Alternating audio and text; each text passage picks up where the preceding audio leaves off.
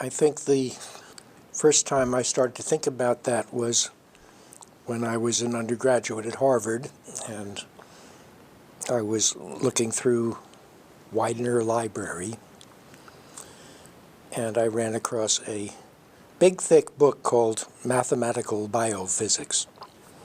And now we're talking the late 1940s, and there weren't such words around. I opened it, and it was full of strange little articles edited by a prodigious guy, Nicholas Reshevsky, at the University of Illinois, I think, or maybe Chicago. And it had chapters about theories of how cells might divide and how populations grow, and maybe 40 or 50 little chapters. And one of the chapters was about simulated neural networks by McCulloch and Pitts in 1941. And I had been curious about psychology because that's a long story, but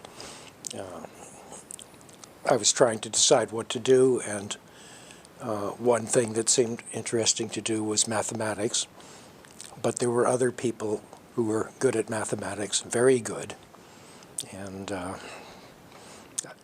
in mathematics, there's no point in being second best because it's different from other fields. And I was interested in biology, and there seemed to be people pretty good at that. And chemistry, I had a professor, Louis Fieser, and it looked like that was under control. And then there was psychology, and as far as I could see, there wasn't anyone good at that, except maybe Sigmund Freud 50 years before. But what to do about it, because people didn't seem to have any theories of how thinking worked.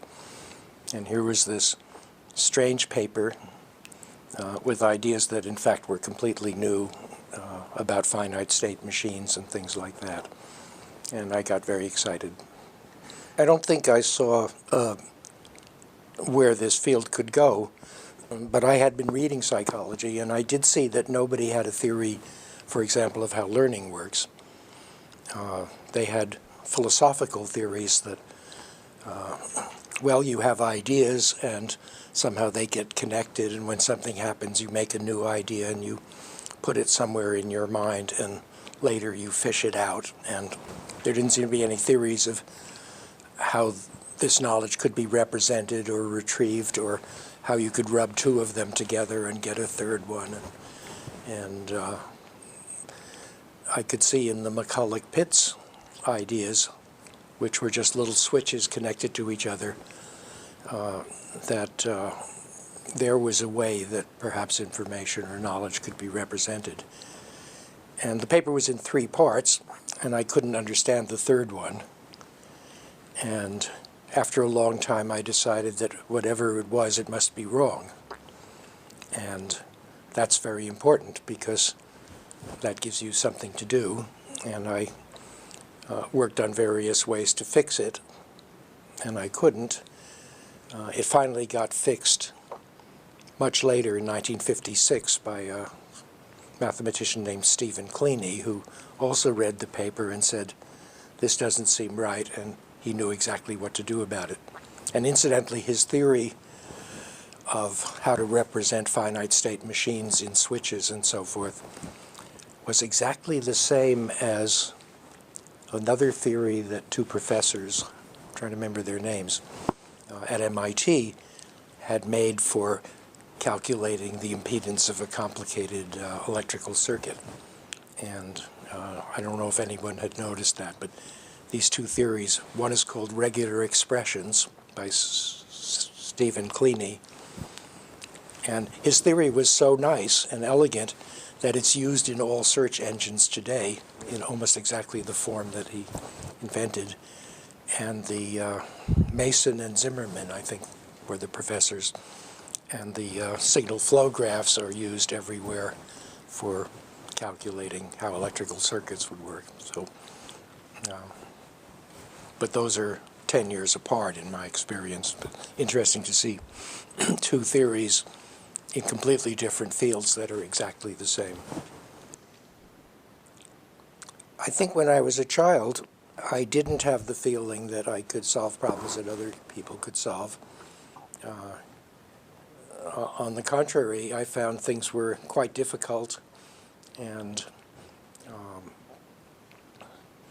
when I tried to read mathematics, it would take an hour a page, and I'd get some of the ideas, but not others.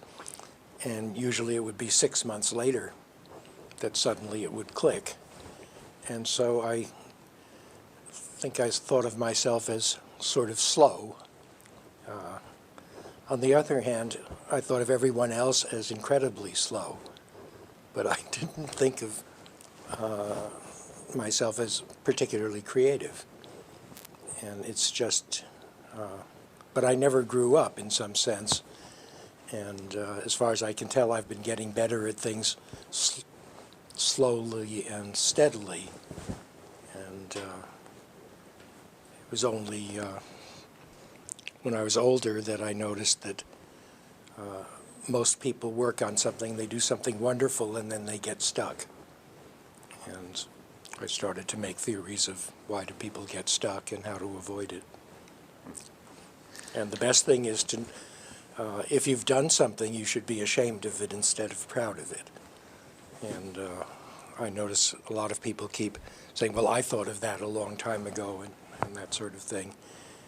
And they keep trying to get recognition. And why bother? I think I was incredibly lucky all my life because when I went in grade school, I had interesting teachers, and there was a school for unusual students in New York that opened up called the Spire School, and it had lots of unusual children. And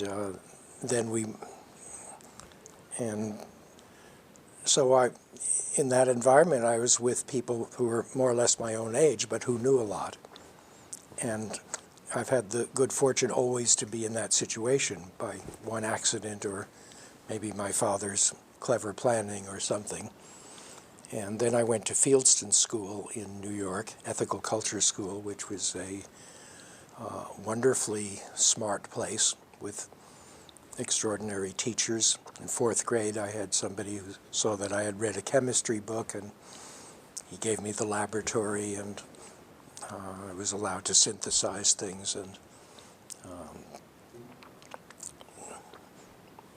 so forth. And I had some friends there who I'm still in contact with because they were good thinkers. Then the High School of Science was a miraculous place because most of the high school teachers were PhD refugees, because we're talking about the early 1940s, and all the smart people in the world who didn't get killed came to America, as far as I could see. In fact, when I got to Harvard, the first thing was, gee, these kids are not nearly as smart as the ones at the High School of Science. And they're finding these courses hard, and it seemed like a step back. Andover, I was there just for a year, and I had a calculus teacher who was also the wrestling teacher, and that was pretty good. But most of the year was exceedingly, and a great English teacher, Dudley Fitz, who translated plays from Greek and back. But the kids were mostly jocks of various sorts. And but then Harvard, again, was a world of good fortune, because I met a great mathematician shortly after I got there named Andrew Gleason, and I didn't know it at the time, or maybe he didn't either, but he was one of the greatest mathematicians in the world, and the math department had 10 or 20 people who, each of whom had created some field, and so forth. I met a great psychologist, young assistant professor named George Miller, who is now recognized as one of the pioneers of cognitive psychology. And when I met him, he knew I had read this McCulloch-Pitts paper, and he said he couldn't understand Chapter 3 also. And I said, well, don't worry about it. It looks like it's wrong. And we became great friends because no one else could. And in fact, when I did invent a learning machine, George Miller, first he gave me a laboratory in the psychology department when I was an undergraduate, and then he got money from the Air Force or somewhere to actually build this machine, and so forth. So when I was an undergraduate, I actually had a couple of laboratories. Another Professor Welch, John Welch, when I told him I was interested in neurons, he gave me a big laboratory because Harvard had just built this gigantic new biology building with hundreds of rooms, and it had been designed with some foresight so that it was more than twice as large as anyone needed. And I happened to go there and say, I would like to do some experiments. And somebody said, well, here's this suite of rooms, which included a black photographic laboratory with where you could go in and experience sensory deprivation and all sorts of equipments.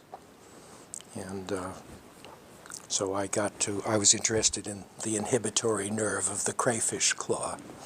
And it turns out this is a wonderful animal. Welsh recommended it because the nerves in this thing are so big that you can see them. And if you have a magnifying glass, you can really see them. And you can move them around with the tweezers and connect them to your alligator clip. And here you're doing neurophysiology with a screwdriver. And the crayfish doesn't seem to mind having its claw snipped off because it snaps off. It has a detachable joint. And it sits in its tank for the rest of the year and grows another one. So I didn't feel any ethical problems about this. Wonderful animal. Did some of that work motivate your development of optical devices? Well, maybe the most important experience I had was meeting Warren McCulloch. And Warren McCulloch was a philosopher and physiologist and great poet. I think maybe 100 years from now he will be seen as one of the great philosophers of the 20th century. Right now, he was sort of well known in the early days of cybernetics, Norbert Wiener, and gadgets, but he's been forgotten. And he would look at a problem and think of some new way to do something with it. And one thing, he was, I believe, the first person to invent circuits that would work if you break any part of them. How do you make a reliable circuit that's redundant enough that that it will correct some errors at least? And he wasn't good at mathematics, but he just worked out all the possible simple examples of this and found one which was self-repairing. Did many things like that. And I followed him around for a couple of years. And I think the reason I developed so well in this field is that I didn't listen so much to what Andrew Gleason said when he showed me how to prove some theorem, or what McCulloch said about his particular theory, but I was always asking, how did he think of that? And sometimes I'd ask him, and he'd tell me some wrong theory, because nobody knows how they think of things. But the idea that what students should learn from their teachers is how they work, not the subject they're teaching. And I think it was just a great accident that I encountered this Warren McCulloch, who was interested in that as much as in he was interested in how he would think and tried to explain it. And even today, which is 40 years later, sometimes when I'm stuck writing something, for example, I could hear his voice. He's saying, oh, that's too pretentious, or that's not pretentious enough. And I think I've accumulated a cloud of these people. There are 4 or 5 people that I worked with for several years, and whenever I'm stuck, I can hear Oliver Selfridge or Dick Feynman or Andy Gleason saying, "Oh, you're wasting your time. Why didn't you look at it this way?" And it's almost as though I've made little copies of these guys. There's a little Richard Feynman, and there's a Theodore Sturgeon, the science fiction writer who I tracked around with, and because his science wasn't very good, but his intuitions about it were good, and he could write these wonderful things and create these images, and I just wanted to know how to do that. Never got very good at it, but I can sometimes say, what would Richard Sturgeon say, or what would Isaac Asimov say? I have about 10 of these characters that I can exploit. What did you want to learn from Richard Feynman? How he got such good examples of things and then made theories, but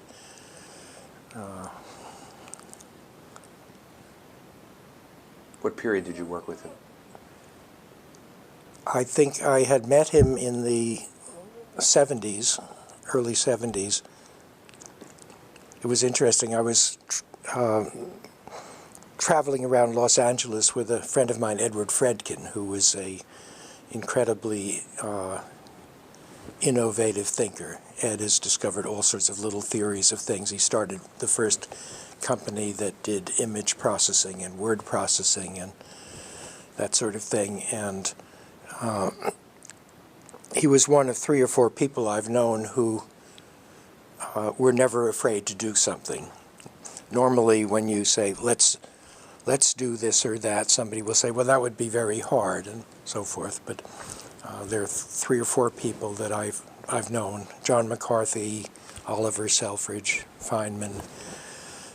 If you think of doing something, he'll say, let's do it, and then we'll do it the next day or right away. And usually get anything done. To get anything done, you have to convince a lot of people and make a plan and so forth. But I've worked with a few of these people who say, well, if that's a good idea, maybe we can do it tonight instead of next year. And so until the 1980s, I never wrote a proposal. I just was always in the environment where there would be somebody like Jerry Wiesner of MIT.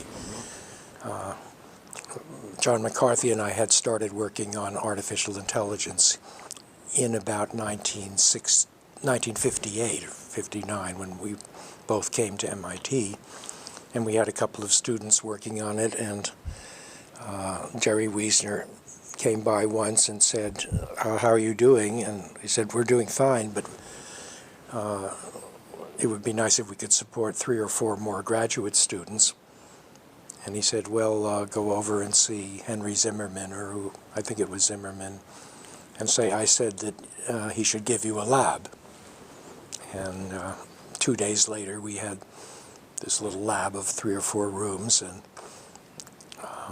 a large pile of money, which IBM had given to MIT for the advancement of computer science, and nobody knew what to do with it. So they gave it to us. And Not a bad move. right, and for many years that kept happening.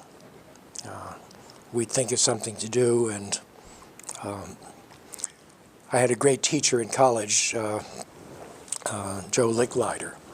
Licklider and Miller were assistant professors when I was an undergraduate, and we did a lot of little experiments together.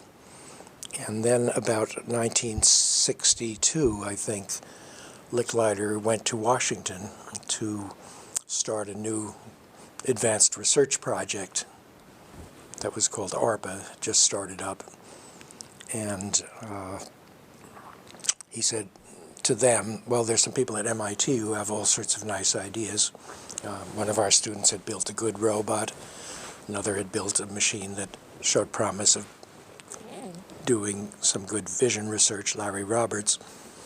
And then Larry Roberts also had this idea of an internet. There were I mean, that idea came from several people. But Licklider got him and Ivan Sutherland to come to Washington to help run this department.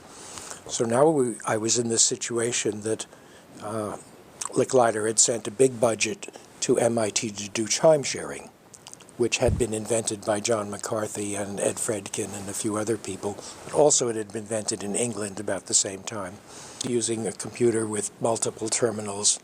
In fact, we went to visit IBM about that, and we went to Bell Labs also to suggest that they be working on that. And the research director at IBM thought that was a really bad idea. We explained the idea, which is that each time somebody presses a key on a terminal, it would interrupt the program that the computer was running and jump over to, switch over to the program that was not running for this particular person. And if you had 10 people typing on these terminals at 5 or 10 characters a second, that would mean the poor computer is being interrupted 100 times per second to switch programs.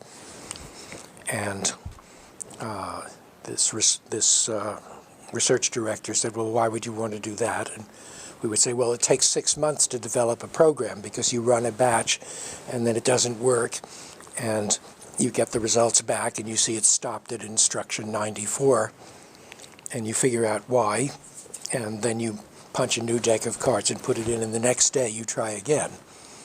Whereas with time sharing, you could correct it.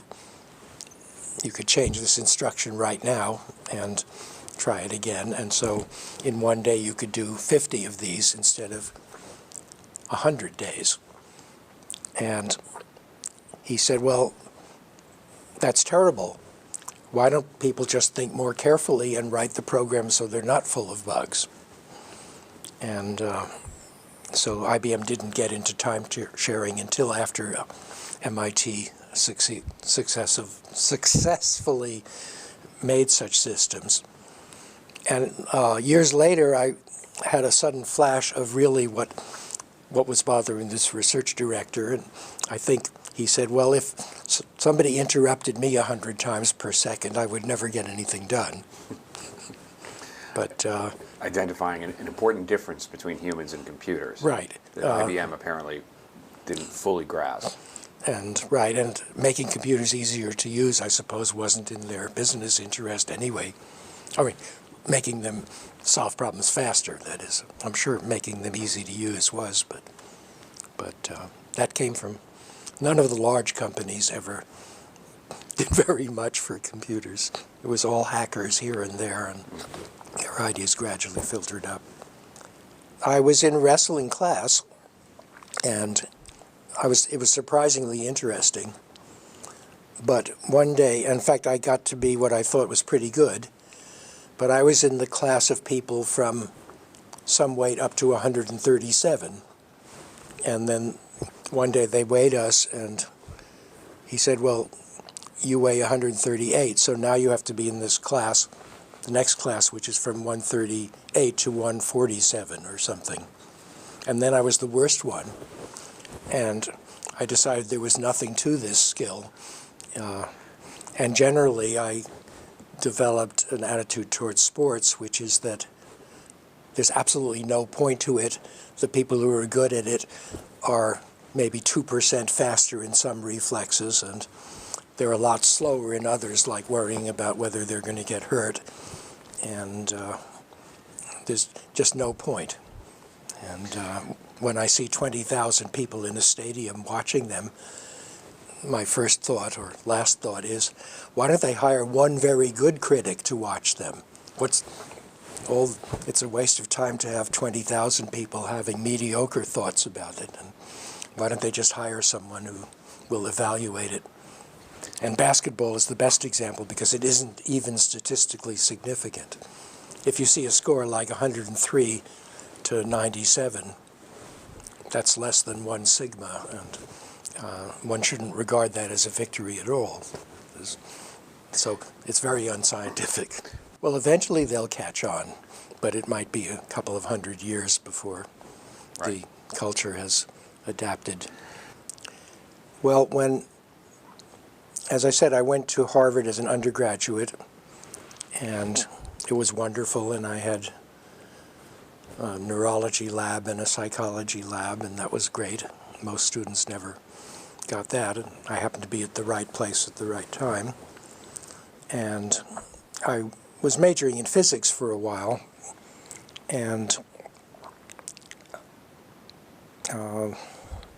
my grades weren't particularly good, so I thought I should make up for that by writing a good thesis. And it turned out you couldn't write a thesis in physics. They just didn't have it, bachelor's thesis. So Gleason said, my mathematician friend says, why don't you just switch to the math department? You can write a thesis there. So I wrote a nice thesis about fixed points on spheres. It was pretty exotic. There was an unsolved problem, and I solved half of it, got some really striking results. What was the problem? The problem was, it was known that if you have 3 points on a sphere, suppose you have a sphere, it's like the Earth, it has an altitude. If it turns out that if you take 3 points around the equator, equally spaced, there's some place you can put them where the altitude of all 3 points will be equal. In other words, if you had well, that's the theorem. It was proved by Professor Kakutani at Yale, but it was only true for 3 points on a great circle, and it seemed to me this ought to be true for any triangle. That is, you ought to be able to put it somewhere and rotate it so that, like a three-legged stool, so it would stand straight up. I couldn't quite prove that, but I proved that it was true for several different shapes of triangles. And then I got stuck, and a couple of years later, this strange person I never heard of named Freeman Dyson proved the thing in general, and he sent me this paper, and I didn't believe anyone could possibly be that smart, because it was just so strange. But anyway, Gleason said I should just switch to major in mathematics and I could write a thesis, and I did. And then I said, and I was a senior, so I said, well, I'd like to stay here. And Gleason said, no, you should not stay here. You've been here 4 years, and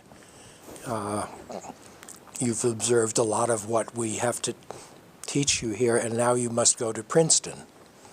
So I felt very rejected. It turned out that Princeton was the other place that had the other half of the great, well, they were all over the place, but Princeton had another full set of great mathematicians. Sure. Von Neumann, who became my thesis advisor. Not quite my thesis advisor, but anyway, I felt rejected, but I said, well, okay, and I went to Princeton. Gödel. There was Princeton and Gödel. I had lunch with Gödel once. He was wearing gloves because he was afraid of germs. And Einstein, Sure. who I couldn't understand because I wasn't used to German accents. And that was a great place. And then I met Oliver Selfridge, who was this pioneering researcher who had known McCulloch and Pitts. In fact, he had been Walter Pitt's roommate. And he was at Lincoln Lab, and he invited me to join his research group there, who were inventing all sorts of things. And then I got a message from the MIT Math Department inviting me to come and be a professor. So all this happened. I was just being pushed around. I never actually made any long-range plans or applied for anything. Well, I was always trying to find the simplest way to solve a problem, and I think that that could lead anywhere, because nobody knows what the simplest solution is. But What was the opportunity at MIT when you arrived in the math department? What did you see needed to be done, and where were the rooms and labs You described what Wiesner got you there right off the bat, but what sort of things were yours for the taking, do you think? Well, of course, they did.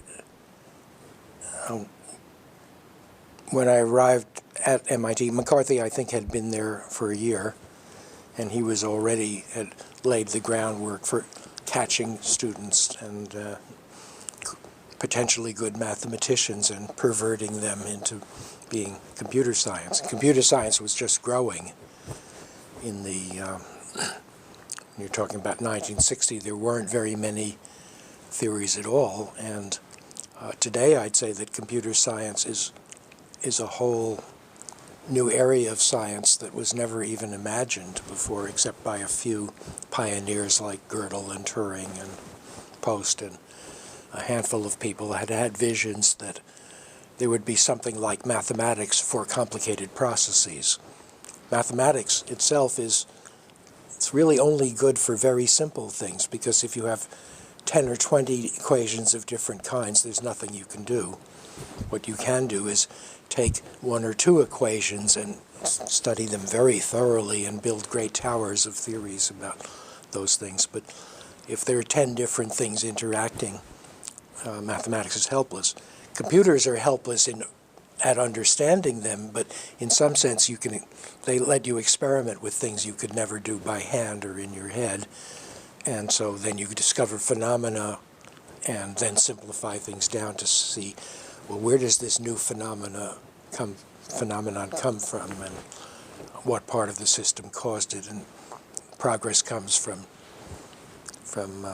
taking a complicated thing with behavior you can't understand and gradually breaking it down. Of course, some things no one's ever broken down, and we don't understand them. But applied mathematics was not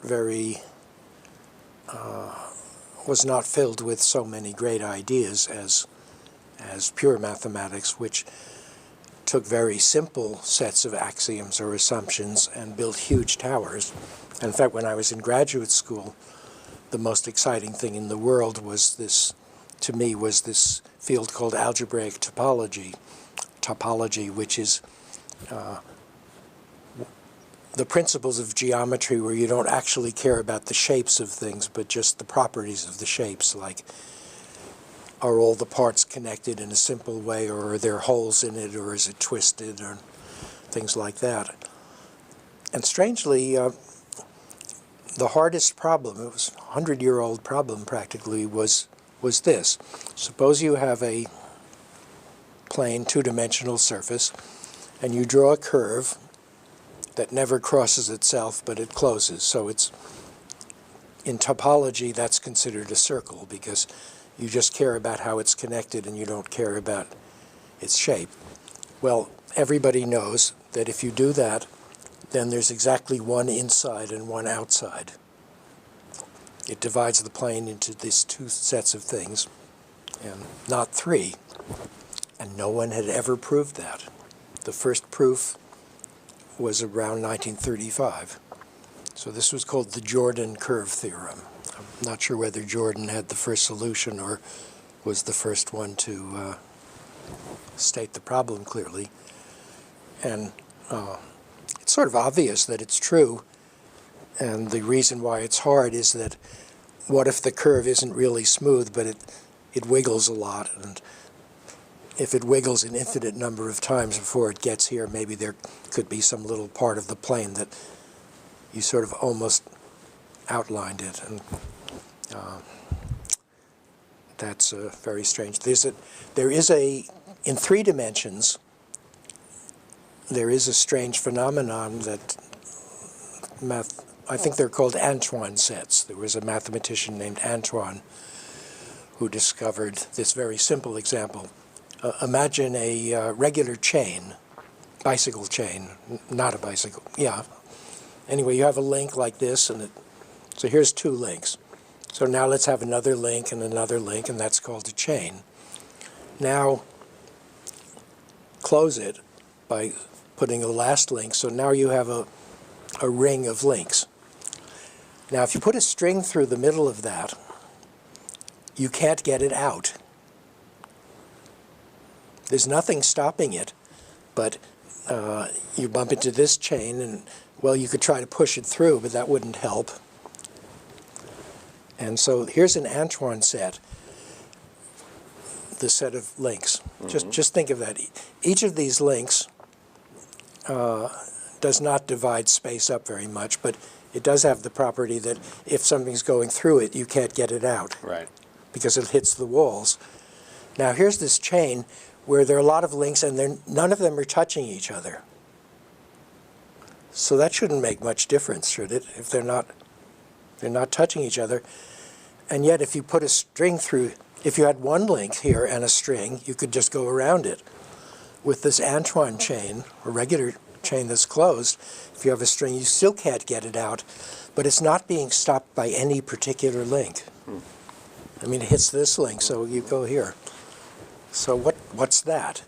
Somehow this set in 3 dimensions is dividing space up in some queer way, and there's nothing like it in 2 dimensions. 2 dimensions, if you have you can't have a lot of little circles because you could go around them. In 3 dimensions you can. In 4 dimensions it's much more complicated and nobody knows what happens really. So I got fascinated with that, and this is a long story, but after a while I finally understood a proof by a Czech named Čech, C-E-C-H, of the Jordan curve theorem. And of all the experiences I can remember in mathematics, my feeling of accomplishment was greater of understanding Czech's proof than anything I ever proved myself. It's a strange thing, but it was that this proof occurs in a sort of infinite space of things all messing around, and step by step he shows that that something happens. And so here's a case of, it's like appreciating a Shakespeare play when you can't write your own, but you still might say, oh, I understood something about this play that nobody else did, or something like that. It's not that I created it. So it's always bothered me that if I do something myself and other people admire it, I regard it, well, I couldn't have done it unless it was obvious. So that's another way not to get stuck. If you have a theory and it turns out to be wrong, great. Now is a chance to do something better.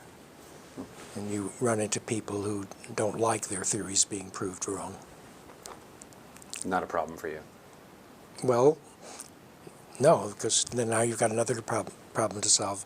Can I make a theory that includes this and the exceptions to it and so forth? How did, you mentioned that Wiesner was the sort of impetus behind the formation of your lab with McCarthy. What happened in the beginning, and how did that become a mission to really specify what's going on in the human brain? Well, when I built this learning machine, that had really started before. This was a machine that made connections between things. If you would give it a little problem, usually the problem was something like a little rat, simulated rat in a maze, and if it managed to make the right turns to get the cheese, then you reward the machine, and it changed the probability that it would increase the probability of taking the same paths again. And so it did in fact learn to solve some simple problems. But after a while I could see that it wasn't going to understand how it solved them. So it couldn't, what was missing is it could accumulate conditioned reflexes all right, but it couldn't say, oh, I've learned a lot about this and I still haven't done this, and what's the reason? And I might have gotten stuck with this machine for a long time, except another friend of mine named Ray Solomonoff had found a different theory of how to take a bunch of data and make good generalizations from it. Because you can think of any theory of learning as saying, you've had a lot of experiences, is there a sort of higher level simple thing that they're all examples of? And Ray Solomonoff invented this other way of making generalizations And I instantly said, this is much better than everything the psychologists have done since Pavlov and Watson and so forth in 1900. And so suddenly seeing this new idea of Ray Solomonoff, which also occurred to a Russian named Kolmogorov about the same time, and later independently a guy named Gregory Chaitin I think he was in Argentina. But when I first saw this new idea by Ray Solomonoff, I got the idea that everything in psychology was too low level and couldn't handle the right kinds of abstractions. Ray Solomonoff's theory said if something happens, you must make a lot of descriptions of it and see which description is shortest, because it must have the most significant abstractions in it. Like, if you can have a short description that gives the same result as a long one, it must be better or whatever. Over the last 40 years, because I think that discovery was around 1957. So from the beginning, the search for artificial intelligence was also a search to define processes that were fundamentally in psychology. Yes, right. Why do descriptions work, and how do you make descriptions? And if something happens, in the old psychology, you would somehow make some very crude representation, an image or a record of exactly what happened and connect it to another one. And that might work to explain how maybe some fish or simple mammals think, but it doesn't explain how you could think about what you've recently been thinking. Mm-hmm. And so although I was very deeply involved in trying to improve reinforcement theory and the traditional statistical theories of psychology, almost the moment I saw Solomonoff's idea, I realized all this stuff could never get anywhere. And that was the reason why my learning machine couldn't transfer what it had learned from this maze to another maze that was similar and so forth. What kinds of machines did you work with in those early days to do your experiments and to demonstrate your results? Well, in the early days, there were relays and vacuum tubes, and you could build almost anything out of relays, although it was slow, because Claude Shannon had published a master's thesis in, I think, 1947, Shannon was a remarkable discoverer. He made two major discoveries, each of which started a whole new field, and solved almost all the problems in it. So in 1947, I think it was, he published this master's thesis about switching circuits, and nothing much has happened since then. He did the whole thing, and then in 1950 he published this theory of the amount of number of symbols it takes to represent some information. And for about 10 years people worked on various aspects of theories and found better proofs for the ones in Shannon's 1950 paper. But essentially he had solved all the important problems. So vacuum tubes, relays. Right, and the SNARC machine, this neural analog reinforcement machine, it had about 400 vacuum tubes and about a couple of hundred relays and a bicycle chain, so that when something happened and you wanted to increase a probability, a little motor would turn on and a bicycle chain would turn a volume control. It was all electromechanical, and you could now write a description of such a machine with 100 computer instructions, I suppose, and make it run a billion times faster. What was the biggest technological breakthrough in those early years that allowed you much deeper access to the kinds of questions that maybe you were limited in exploring with the early computers? I think a very simple one, namely the invention of the language Lisp, L-I-S-P, by John McCarthy. Lisp is a language, computer language, where there are only about 8 or 9 basic instructions, but these instructions are arranged in a structure called a list, and most of the instructions are on how to change a list. So in this language, you can write a computer program, and then you can write another computer program that will edit and modify the first one. Now we have languages, the popular languages today are still, Lisp is 1960, I would say. Mm-hmm. The great languages today are, to a fairly large extent, pre-1960, because they can't understand their own instruction. It's hard to write a program in C that can understand a C program and say, oh, if this happens, I should modify the program to do this or that. Now, you can, in fact, do that, and people become so expert at this that they can write Lisp-like programs in C or Java or these other programs, but it's hard.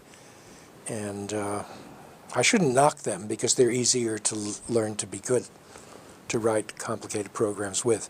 But the big change was going from thinking of a program as a sequence of commands to thinking of a program as a structure sitting in the computer that another program can manipulate. Mm-hmm.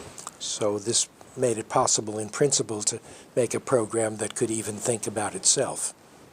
Now, no one actually did that much, and that's what I'm still trying to start a project which has programs that mostly spend their time thinking about why those programs themselves succeeded or failed to do something else, and have access to a lot of advice about how can I change myself to be better at doing that. Mm-hmm. And this is just not catching on right now, and I'm having trouble convincing other people to go in that direction. You're stuck for the moment. Right.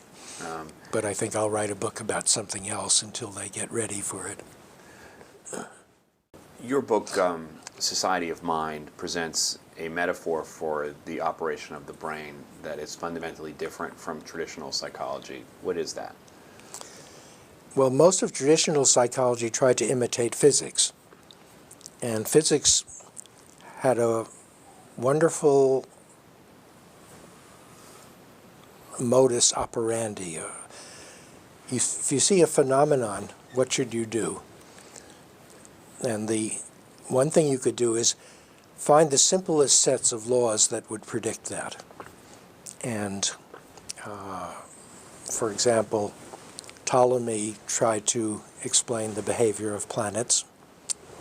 And he said, well, they're going almost in circles, it seems, but they're not quite circles.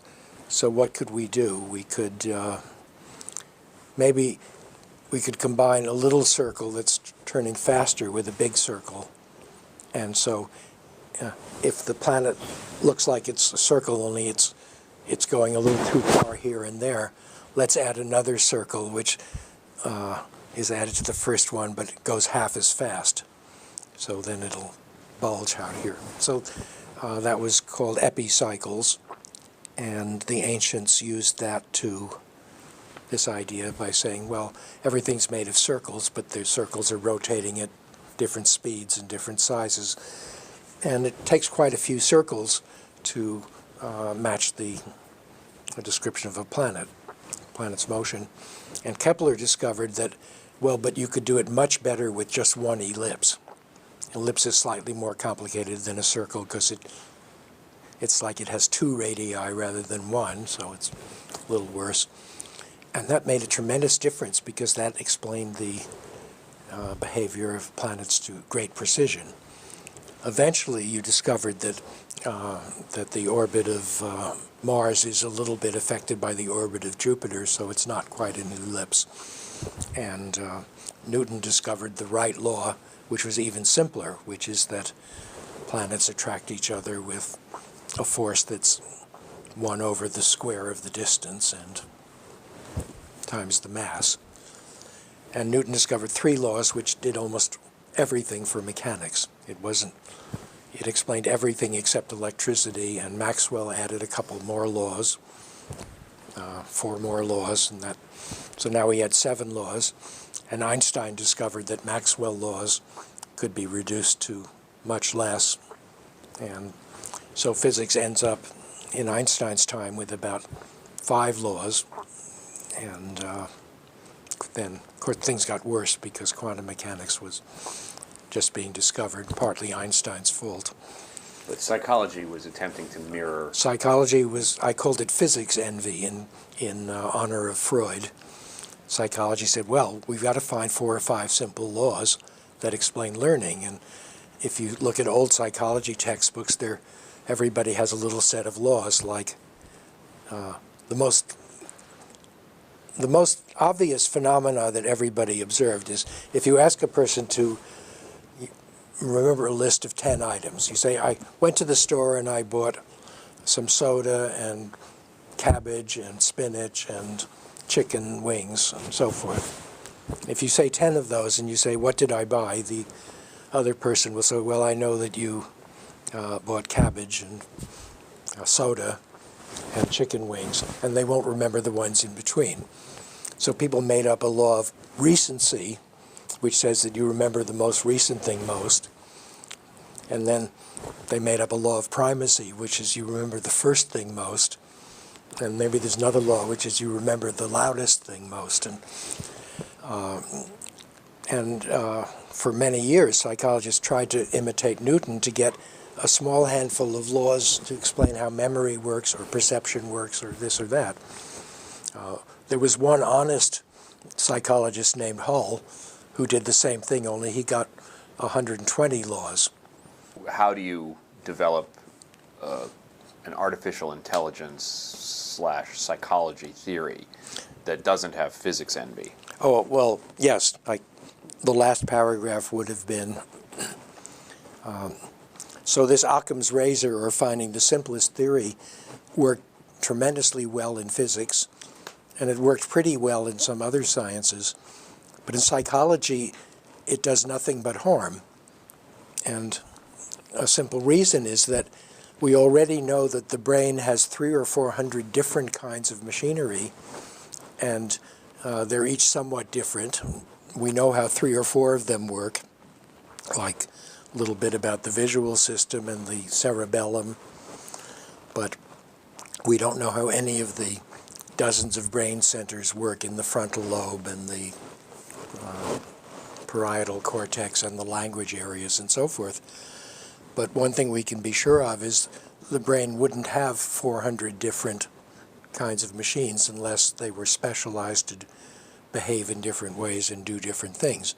So the Society of Mind starts out pretty much in the opposite way and says,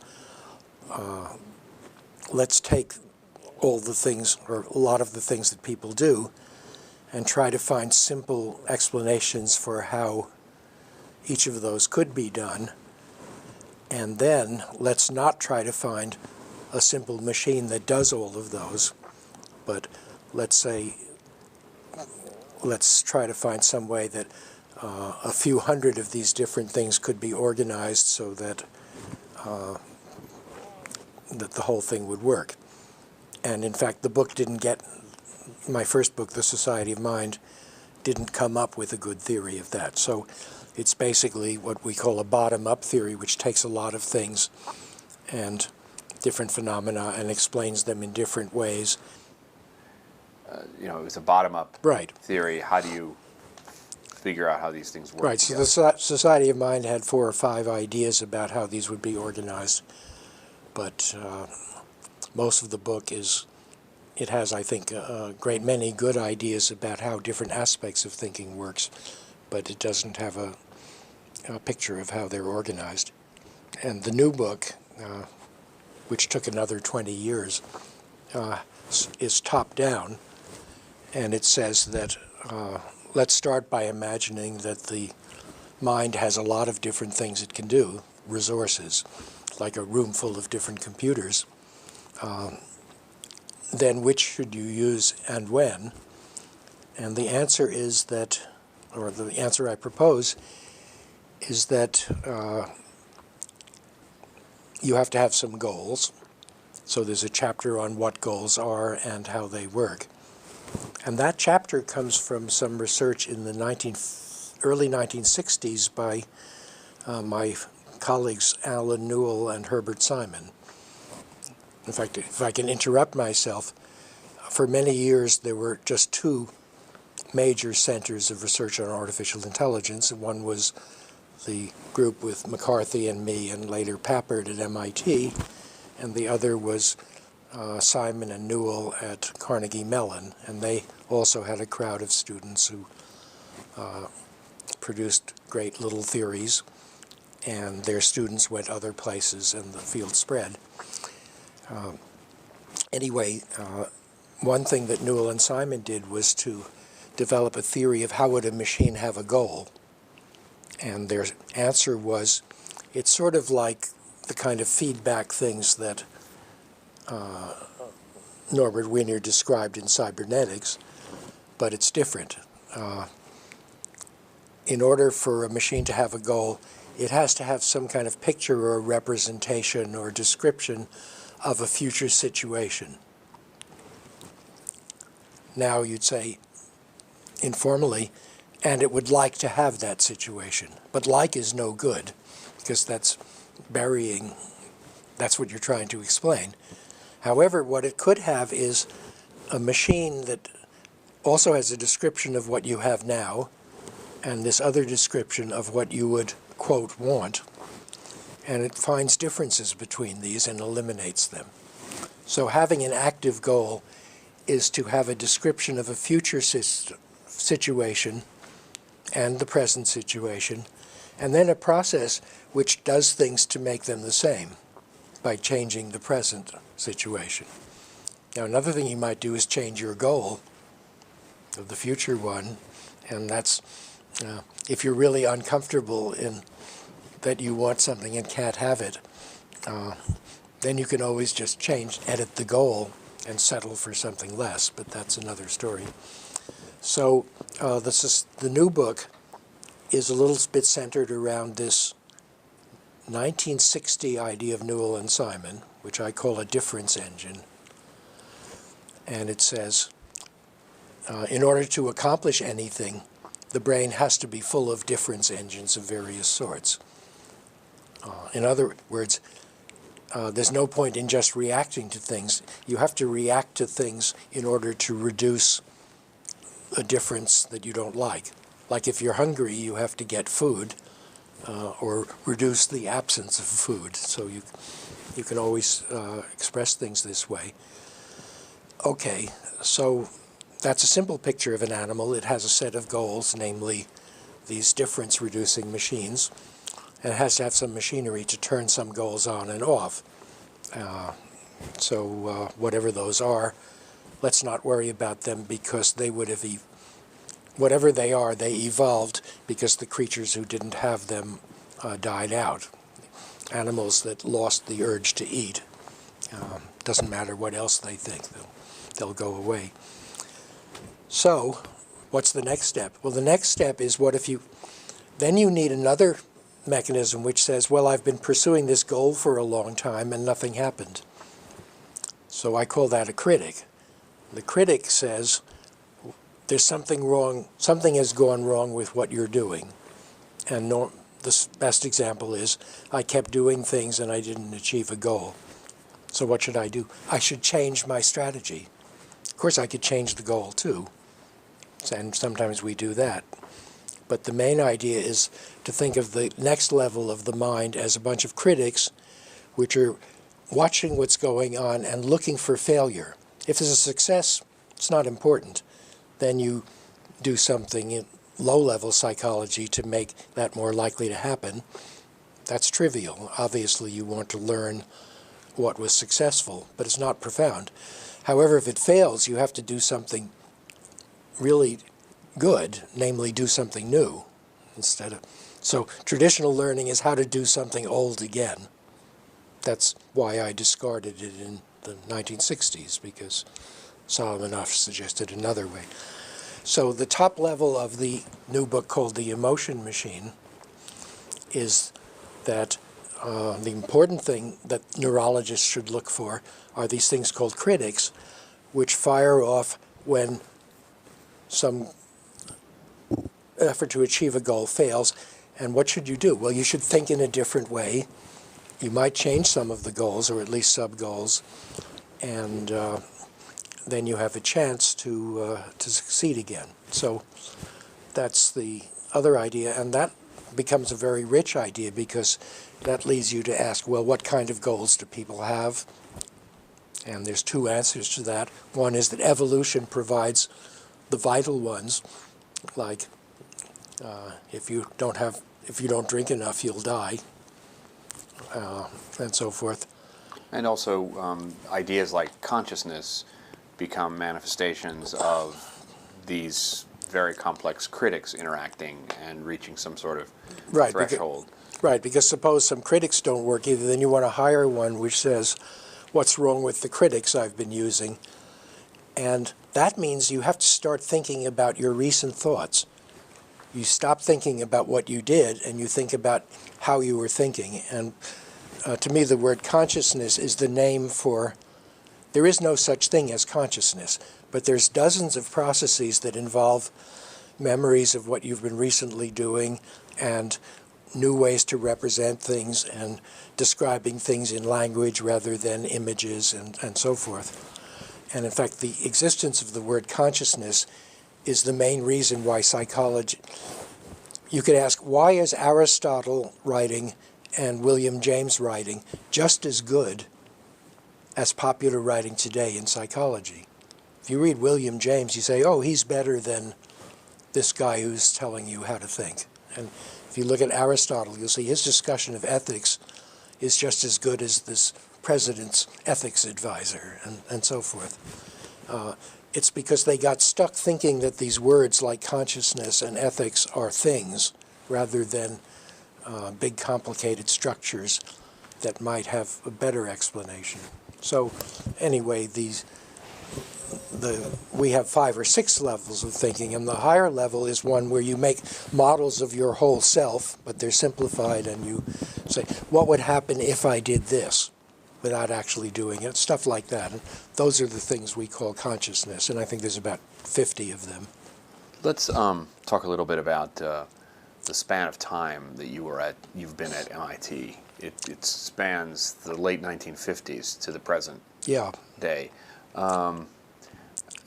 Think for a moment about how students have changed in that time, but before you answer, tell me a little bit about the beginnings of the Media Lab and how you got involved. That's in the middle of all this. Right. Well, when I came to MIT, the first thing is that it's hard for people today to imagine what it was like to be in a golden age. World War II was over. If you were a kid who wanted to learn about electronics, you could go to something called a surplus store, which I did incessantly, and you could buy a gadget that today would have cost $500,000, full of parts and gears, and take it apart and rearrange it. There are no surplus stores today. If there were, they would have these integrated circuit things that you can't understand and take apart, and you'd have parts with 80 pins or 200 pins. A computer processor is just intractable. So first of all, we had free laboratories. Also, we had companies like Heathkit, which for a very small price would sell you the parts to make an oscilloscope. So tens of thousands of young people were making their own laboratories. What else about the Golden Age? Well, there were these great professors who came from Europe and, in fact, filled high schools. Okay, when I got to MIT, the wars were over. The new one was about to start, I suppose, but that's another story. And the universities were expanding. MIT was growing.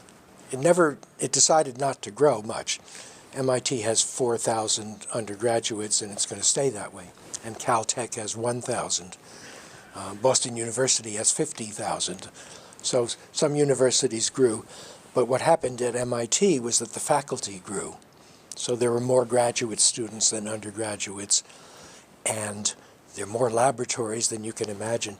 So every student at MIT, if they want, can be in a laboratory.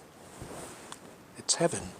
If you want to do something, the world is open to you. And now, as an assistant professor, here I am, and I have the smartest people in the world, as far as I can tell. I got some names. Ray Kurzweil wrote me from high school, and he became one of the great inventors of the century. Jerry Sussman, I knew from Danny Hillis from high school. These were kids who wrote and said, I hear you're working on making thinking machines. So I didn't do anything. I was just there in the right place, and the world was beginning to hear about cybernetics and AI and so forth, and the right people just came. And as I said before, Jerry Wiesner kept getting money, and Larry Roberts and Joe Licklider. Every time we needed something or room for more students, somebody would hand it over. This stopped around 1980 by a strange political accident. Senator Mansfield, who was a great liberal, decided that the Defense Department might be a dangerous influence, and he got Congress to pass some rule that the Defense Department can't do basic research. It should only support research with military application. It's a great example of whatever you want to call it. Unintended consequences. Right, of shooting yourself in the head. And but anyway. But right after that, the Media Lab. Okay, then now there was a thing. We're doing this interview in this very building where Nicholas Negroponte, who had some training as an architect, got this idea that computers were going to be important and media was going to change, and by the year 2000 there wouldn't be any paper anymore, and all sorts of ideas that were correct, except that people didn't do the right thing. And so he had started this Media Lab, and in fact some of the most exciting things in computers had happened not in the place you'd expect it to, but in the civil engineering, where Professor Charlie Miller had developed graphics so that people could envision buildings and move them around, and Negroponte's, it was called the Architecture Machine Laboratory, and that was doing similar things, finding new ways to improve communication. He invented something called zero bandwidth, what do you call television by phone? There's a name. Anyway. Telemetry? Zero bandwidth? No. Well, this is a joke. Yeah. For a long time, Bell Labs and other people had been trying to make television available over telephone so you could see who you were talking to. And they failed. The technology wasn't ready. It was too expensive. In fact, I had a video phone, it was called, but no one else had one except Nicholas, that Bell Labs gave us. So you used to call each other? Yes. Anyway, zero bandwidth television was a demonstration made by some students in the pre-Media Lab, which was very clever. It was a complicated sound processing thing, which sometimes could guess what emotion you had from the sound of your voice. It was better than chance. It could tell when you were laughing, and it could guess when you were smiling, and if your voice lowered and slowed down, it would guess that you had a less happy expression. So they managed to get a few graphics on the screen. You're talking to someone, and you're not seeing there's no camera looking at the other person, but it has a cartoon face, and it was uncanny because it worked just well enough that it looked like you were looking at the person who was talking. It disappeared. They never even published it. And I just noticed last week some laboratory at MIT which said, oh, we're going to make something that listens to the voice and shows the expression of the speaker. So 30-year hiatus there. but it's the old-timers' fault for not even publishing it. It was just such fun, and they just showed it to each other. And was that the spirit of the Media Lab in the beginning? Fun, exciting, It was new ideas, exactly. It was cross-disciplinary. It was exactly. Nicholas had the idea that he wanted to expand the laboratory because there were so many things that he couldn't do in the architecture department, and he had a wonderful idea. How would you fund this kind of research which nobody was doing? And he went to companies that didn't even know what research was, and they all piled in. They said, "Oh, we're worried." The various newspaper chains, for example, heard the prediction there wouldn't be any paper pretty soon because everybody would have things like iPhones and they wouldn't need paper. Well, that didn't happen for 30 years more than Nicholas expected, but who cares? They were scared, so they started giving his new Media Lab money to say and Steelcase, wonderful company, they began to realize that since you could work from home, maybe people wouldn't need office furniture. What will happen to them when the office disappears? So some visionary people at Steelcase they gave us a lot of office equipment. All the chairs, not this one, but all the chairs in the Media Lab were really deluxe Steelcase modern things. But anyway, the nice thing about the Media Lab was Nicholas's inspiration to see, yes, you can fund research if you explain to people why they need it. And for almost 20 years, it was just like the golden age that I got into when the AI Lab started. The Media Lab again started. Enough money poured in that we could do anything we want. It had enough sponsors that whatever you did, one of the sponsors would be pleased. And Nicholas invented a kind of sharing of property and rights and so forth that there was great happiness from. I think it started in 1984 or 5, 84 probably.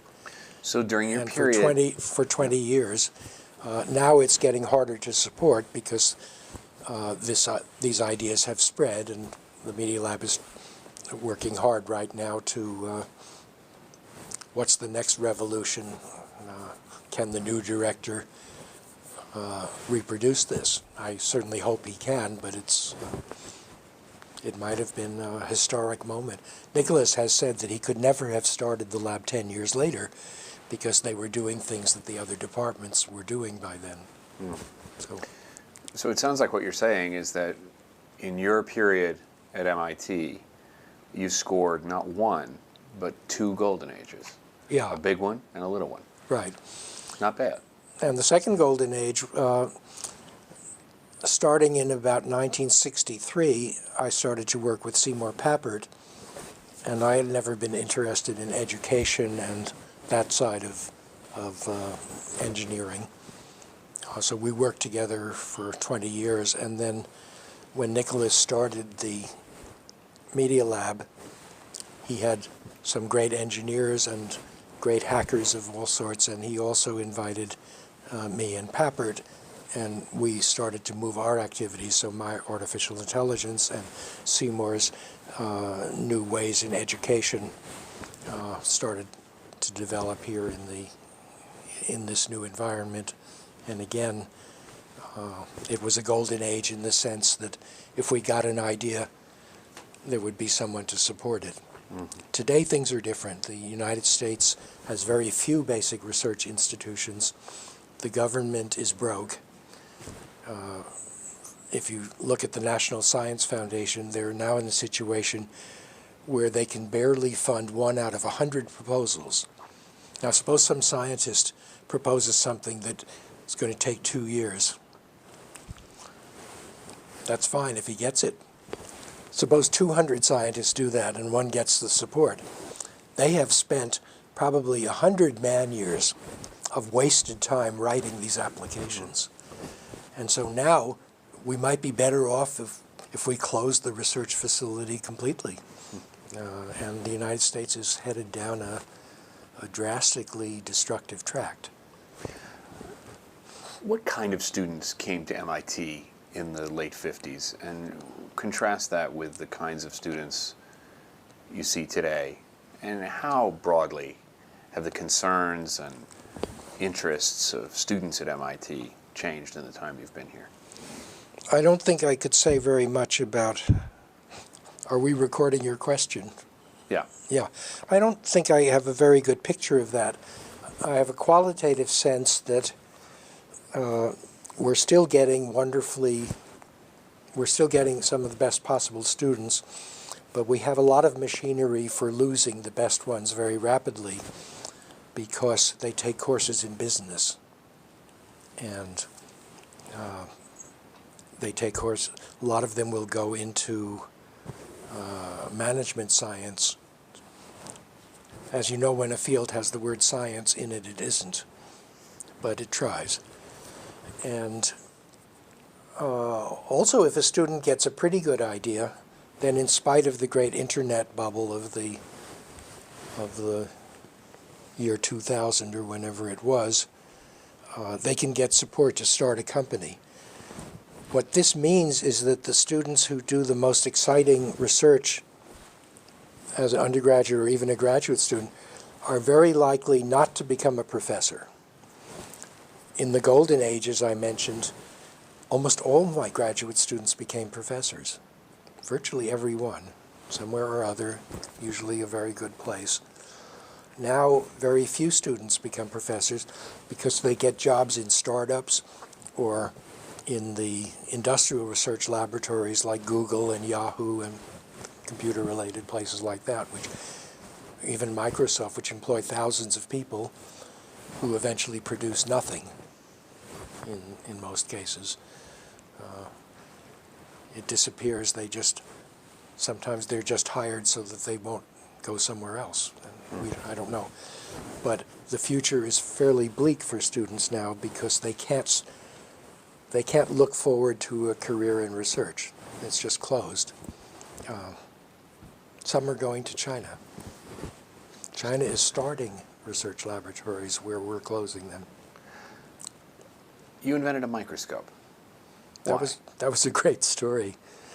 Well, one of the reasons that I hung around McCulloch and the neurological community was to find out what they knew about how neurons worked and about how the brain works. And it turns out that to this day, there's a great gap in neuroscience because we know a great deal about how individual neurons work and how they connect to each other through these complicated little things called synapses. And when one neuron gets excited, it sends some chemicals over to the next one, and these chemicals start new activities. And a lot is known about how this works and the conditions under which these synapses grow and become stronger conductors or more quick to act and so forth. Then we know a little bit about what happens in the relation between two cells and almost nothing about what happens when there's 100 cells. And most of the brain, of the human brain and mammalian brains in general, most of the brains are actually, they're not really made of cells so much as columns of cells. These columns were discovered around 1950, and most of the brain is this bunch of 500 or 1,000 cells, which acts as a functional unit, and we're just beginning to find out what these do. In the case of vision, we know a lot about what the columns do. In the case of the cerebellum and the hippocampus, we know a little bit. And in the case of the frontal lobes, where reflective thinking goes on, we don't know anything at all. And, well, what was the question? You wanted a microscope. Yes, and one problem was that you could try to guess what these columns did, but you couldn't find a wiring diagram of one. So I started to think about all we had were very thin sections with people use diamond knives or broken glass. Microscope slides. Microscope slides. Two-dimensional right. slices. Now, the interesting property of the brain is that if you, of course, it's pretty transparent. There's no pigment in the brain cells to speak of, so you have to stain them. And there's no empty space. That tissue is full of cells.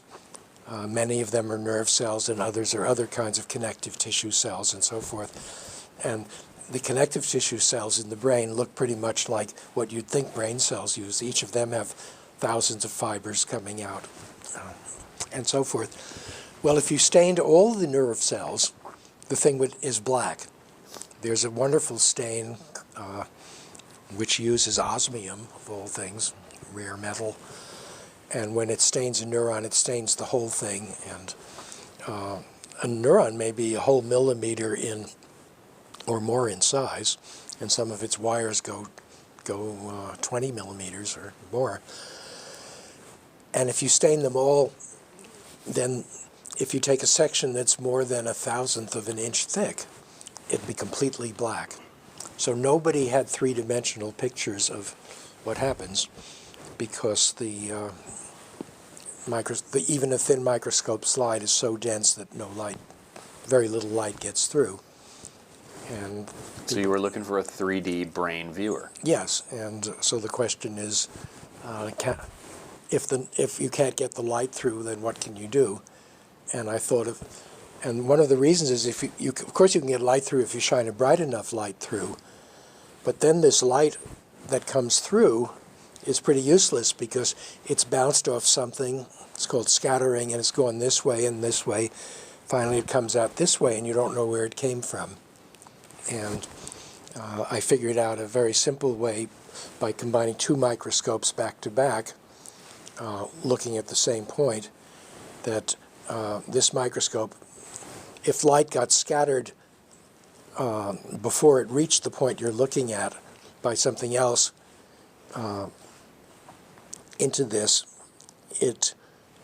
then that would be collected by the second one and it would be no good. But if you put a pinhole at each end, then any light that went the wrong way significantly would just get rejected. So now I could use an extremely bright light and just collect the rays that went straight through and count how many there were. So now almost every laboratory in the world uses this thing. Unfortunately, it took more than 20 years between the first one I built and the second one anyone else built, so that the patent disappeared. But I get lots of letters and emails from people who say, thanks for making this gadget. The funny part is that by the time I finished it, that was exactly the time when I had read Ray Solomonoff's paper and decided it wouldn't help to know how the nervous system is wired until you have high-level theories to interpret it. So although after building it, I used it to look at worms and blood cells and things like that, I never actually used it to look at a neuron. It's possible that not everyone at MIT would smile so broadly as they described one of their patents expiring before they could take advantage of it. Well, it's too bad. I could have used, if I had $1 billion, I could do my project now. There you go. I could do my project too. Yep. Last question. A theme of your story in terms of how you describe your success seems to be that you are at the right place at the right time, that you entered into a golden age. And well, one other thing is, if somebody does something better than you, don't waste your time. Never compete. Right. Always go away and do something that nobody else does better. So I kept moving around. If you'll indulge me for just a moment, with the sentimental possibility that there is something about Marvin Minsky that has been passed on to the many students that have encountered you at MIT, what would it be that you imparted to them, other than be sure to be at the right place at the right time? That's not a very useful one. I think the useful one is if you get stuck don't try too hard to fix it, but find another way. And because if you get stuck, it's because you're not good enough at that, and you probably can't fix that. So find someone else who can do it. But if you got stuck, it's probably because you found a really good problem, and so find another really good problem. Is MIT a great place to find another way when you get stuck? It certainly was. You know that the nature of things changed gradually in the legal structure. When I came as an assistant professor without applying because William Martin, who was chairman of the mathematics department, thought, hey, I heard there's this good guy at Lincoln, and maybe computers and things like that have a future. I never actually found out why. And a couple of things happened. One thing happened is that I was teaching 4 courses, as things were in those days. And I said I could teach. No, I wasn't. I was teaching 2 courses each term. But still, if you're teaching every other day, I found this hard because after I'd give a lecture, it would take me a day to figure out what I did wrong with it. And I also needed a day to say, well, what should I talk about tomorrow? And so I couldn't get any research done. So one day I was walking down the hall, and there was a great mathematician, scientist, Peter Elias, who was in charge of the EE department. He said, how's it going? I said, well, I wish I could teach all my 4 courses in one term and do research the other term. And he said, well, why don't you come over to our department and we'll let you do that. Oh, he said, well, what did happen when you asked them?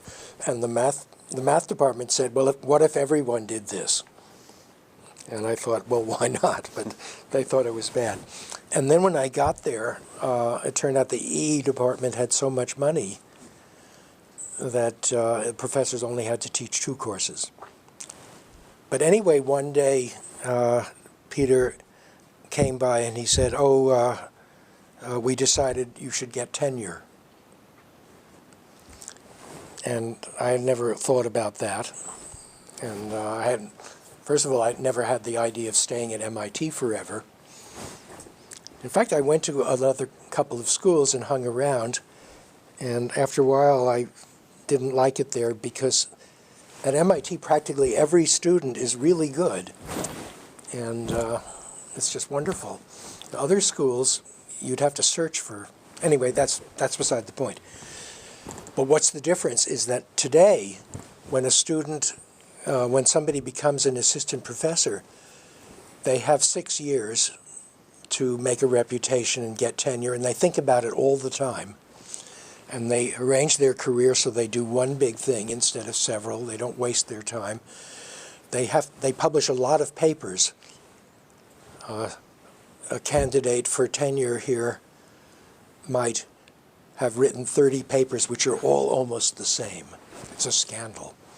They write slightly different papers. They somehow get them in journals and they count them. And what happens is these people are so narrow in a field because they're so desperate to make these points that I don't know how to conclude this paragraph. So the situation is very different. And this is all because of well-meaning civil rights laws and, you know, the promotion process has to be very open, and it's bad if people promote their favorite friends, and you shouldn't promote people from the same institution or it'll get inbred. And they have all sorts of rules. So they made this 7-year rule. It's very rigid, and it turns out it's 6 years and it's really 5. Because there's also another law, which is if you fire somebody, you have to pay their salary for a year. This has nothing to do with anything. So really you have to make the tenure decision pretty almost firm when they've in their 5th year.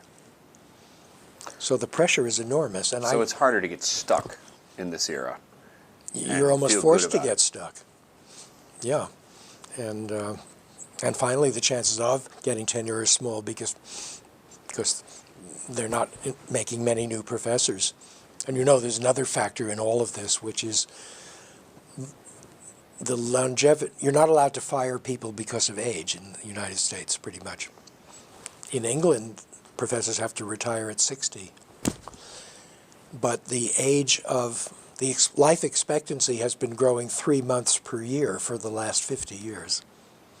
So people are living 12 years longer now than when I started college.